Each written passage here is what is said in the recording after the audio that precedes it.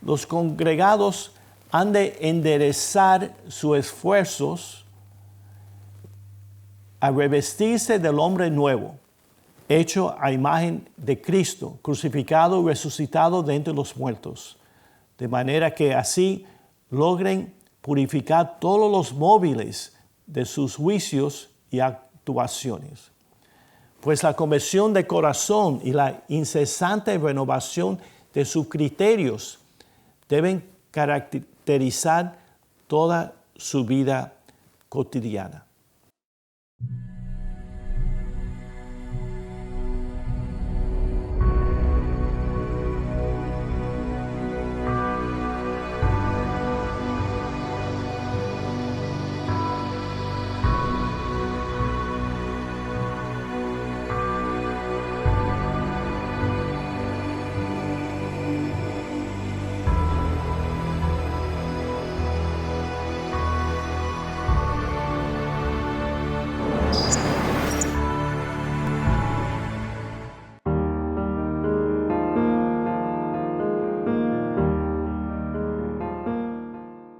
Un saludo fraterno para todos. Soy el Padre Manuel Rodríguez Delgado, redentorista y secretario ejecutivo del Secretariado General de Formación en Roma. Y se me ha pedido hacer una breve presentación sobre el voto de la pobreza en nuestras constituciones. El voto de la pobreza se presenta en las constituciones en los números 61 a 70 y en los estatutos números 43 a 47. Es interesante que en nuestras constituciones el número de las constituciones para el voto de castidad son 4 y el número de las constituciones para el voto de la obediencia son 5. Pero el número para el voto de la pobreza son 10 constituciones. Nosotros, redentoristas, tenemos el privilegio de tener las constituciones y estatutos como guía para la vida apostólica, porque además de ser reflejo de la palabra de Dios y reflejo directo del pensamiento del Concilio Vaticano II, nos inspiran en nuestra vida diaria en la vivencia del voto de la pobreza en el mundo de hoy. Se ha reflexionado y escrito mucho sobre el voto de la pobreza en la vida religiosa y en particular el voto de la pobreza para nosotros como misioneros redentoristas. Y más que reflexionar sobre cada constitución o estatuto individualmente, en esa breve presentación haré 6 comentarios generales que nos darán una base para todas las constituciones y estatutos sobre el voto de la pobreza. Y concluiré la presentación ofreciendo algunas reflexiones concretas para nuestro tiempo. Algunos de mis comentarios han sido compartidos en esa serie de videos porque todos los temas de nuestras constituciones están interrelacionados, especialmente cuando se habla de nuestra misión y de nuestra vida. En primer lugar, la Constitución número 56 introduce la profesión de los consejos evangélicos como respuesta del amor de Cristo que nos amó primero. San Alfonso habló mucho de la respuesta del amor de Cristo por nosotros. El voto de la pobreza es una respuesta al amor de Cristo por nosotros. En segundo lugar, la referencia principal para todos los votos de consagración religiosa, y en ese contexto el voto de la pobreza, es el mismo Jesucristo, el que siendo rico se hizo pobre, la Constitución 61, y el que vino a evangelizar a los pobres. El tercer lugar, el tercer elemento que quisiera compartir con ustedes es que los votos están interrelacionados. Un voto influye en los otros dos y ayuda a vivirlos. No puedo ser casto si no soy primero pobre y dependiente de Dios en una comunidad apostólica y una persona de oración. No puedo ser obediente si no soy primero casto y apasionado por Cristo y convencido del amor de Dios por mí.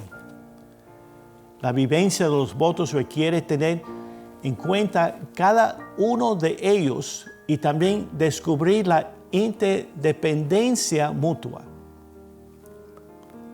Cuarto, desde la antigüedad, la Iglesia ha moderado el don total del hombre a Dios en las actitudes de castidad, la pobreza y obediencia, porque abarcan las dinámicas más fundamentales del ser humano, la sexualidad, la castidad, la posesión, la pobreza y el poder, la obediencia.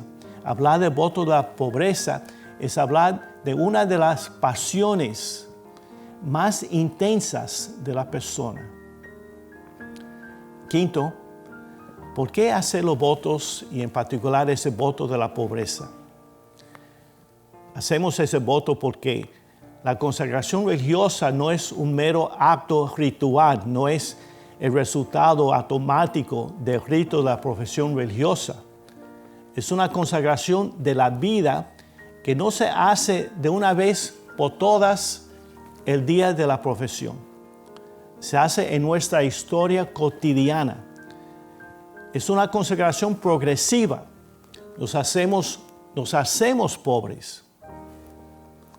Sexto, todos los votos religiosos y el voto de la pobreza no son un compromiso abstracto. Este voto toca la parte más profunda de nuestro ser como seres humanos. El voto de la pobreza es un compromiso entre la realidad humana y el horizonte último de Dios. El voto de la pobreza es una profunda confesión de fe que se hace con el corazón desde la realidad humana y es impulsado por el Espíritu de Jesús. Para nosotros redentoristas, la relación del voto de la pobreza con los pobres es especialmente esencial desde la inspiración de San Alfonso, ya que en el Supplex Libellus de 1748, San Alfonso menciona a los pobres unas 7 veces como la razón de la existencia del naciente instituto. La Constitución número 65 nos dice: la caridad misionera les exige que lleven una vida verdaderamente pobre, acomodada a la condición de los pobres que han de evangelizar. De ese modo, los consagrados demuestran su solidaridad con los pobres y son para ellos signos de esperanza.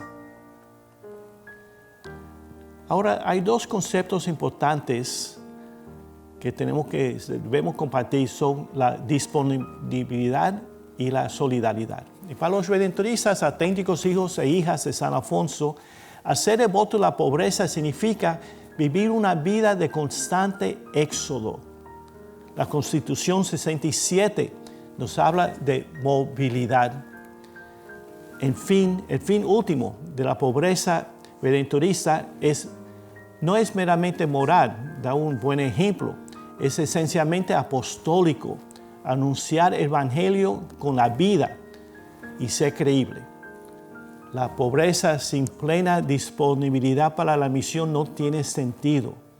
La consagración religiosa no es una huida, un escape del mundo, sino la disponibilidad revestida de radicalidad para la misión en el mundo.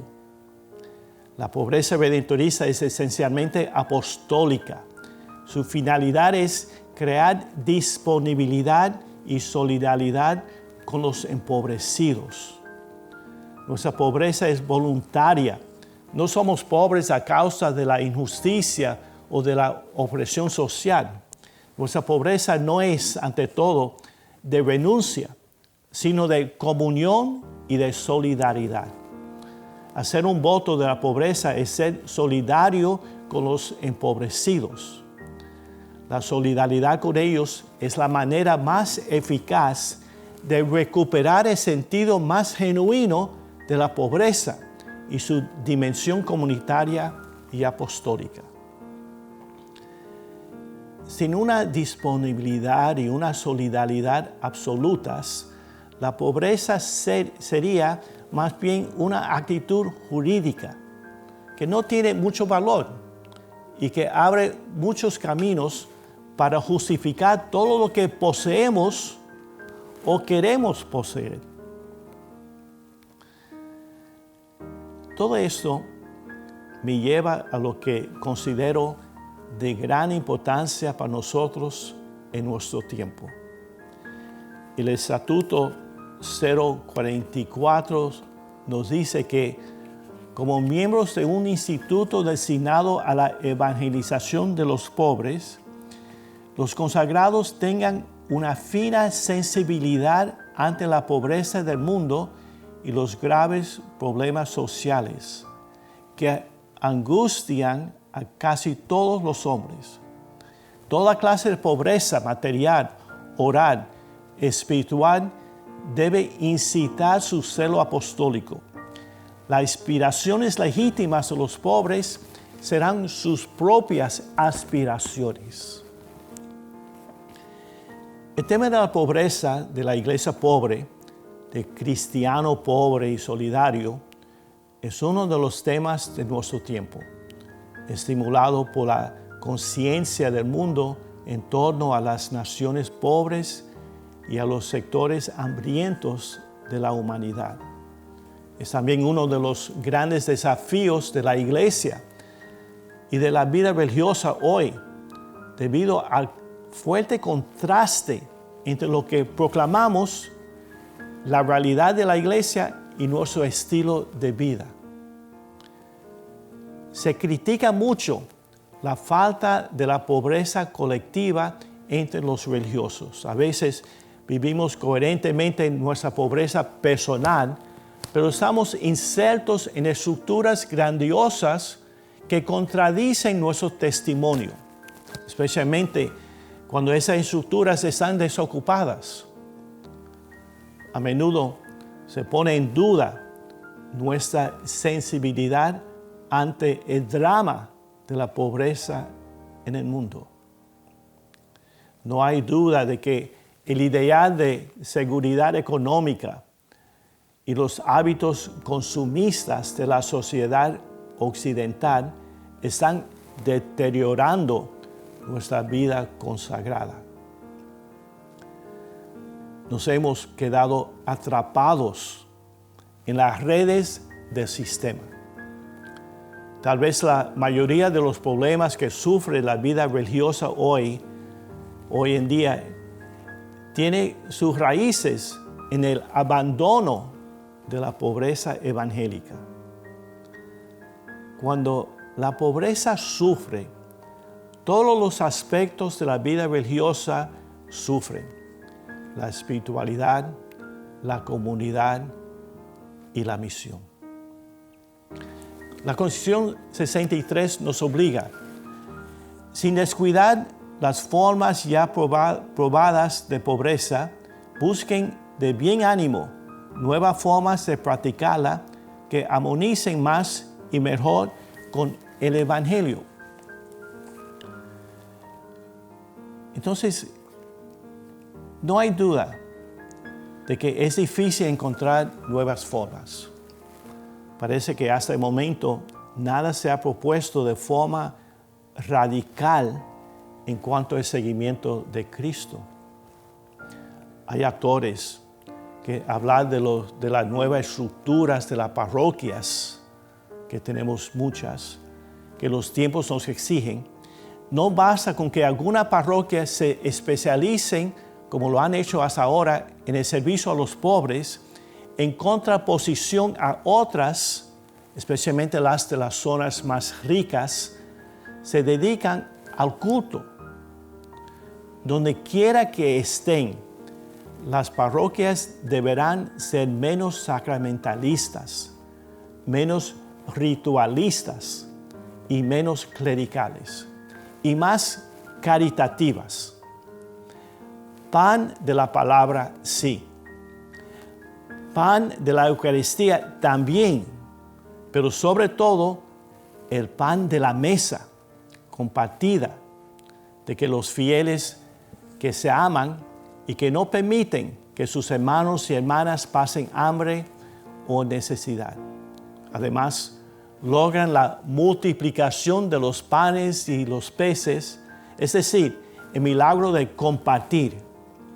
Porque como los primeros cristianos los ponían todo en común y tenían un solo corazón y una sola alma.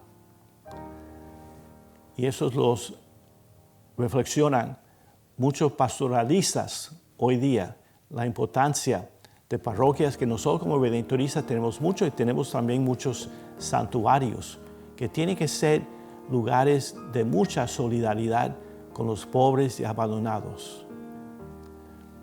Lo que es prometedor es la encarnación, o lo que los religiosos llamamos comúnmente la inserción en muchas comunidades en ambientes pobres y marginales. El Estatuto 45 habla de esto, abandonando los lugares tradicionales y la formación de pequeñas comunidades consideradas más funcionales para la acción pastoral, principalmente dentro del submundo de los pobres. A veces el voto de la pobreza puede ser utilizado para dispensar de la ley del trabajo, la Constitución 64.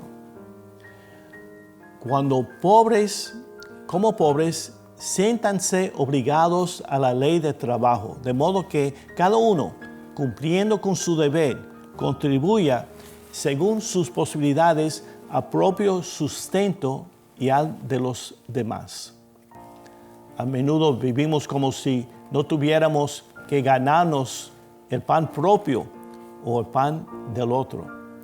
La inconsciencia en materia económica es frecuente en las comunidades religiosas, tal vez porque muchos religiosos son dispensados o no participan o no están informados de la administración y los gastos diarios para mantener nuestros monasterios. Como dijo un cohermano, si le preguntara a un cohermano, otro cohermano, incluso a uno en formación, ¿cuánto cuesta una botella de leche o una libra de pan?, la mayoría no podrían responder. En esos momentos estamos comenzando lo que se puede llamar tiempo post-coronavirus. No hay duda que COVID-19 es y seguirá dejando al mundo en una de las peores recesiones económicas de los últimos tiempos. Y eso sin mencionar las consecuencias sociales como los prejuicios, la xenofobia, la fragmentación social y política, etc. Sabemos que quienes más sufren son abandonados y excluidos. En esas circunstancias son los pobres y marginados. Si las condiciones de nuestros hermanos y hermanas antes de COVID-19 eran precarias, lo serán aún más en ese tiempo posterior a COVID-19. Si el estilo de vida de algunos religiosos antes era un escándalo desde la perspectiva de los evangelios, y para los empobrecidos de nuestro mundo será aún más escandaloso en ese tiempo de post-COVID-19. Nuestra vida consagrada nuestros votos, entre ellos el voto de la pobreza, nuestro ser y hacer como auténticos discípulos de Jesús, nos llaman ahora a nuevas conversiones. Si la conversión es una parte esencial del ministerio de misionero redentorista consagrado, lo que nos dice Constituciones 3, 10, 11 y 12, esa conversión debe comenzar desde el propio ser y luego extenderse a toda la comunidad religiosa. La Constitución número 41 nos dice: los congregados han de enderezar sus esfuerzos a revestirse del hombre nuevo, hecho a imagen de Cristo, crucificado y resucitado de entre los muertos, de manera que así logren purificar todos los móviles de sus juicios y actuaciones. Pues la conversión de corazón y la incesante renovación de sus criterios deben caracterizar toda su vida cotidiana. Muchas gracias por atender, escuchar y participar en esta presentación.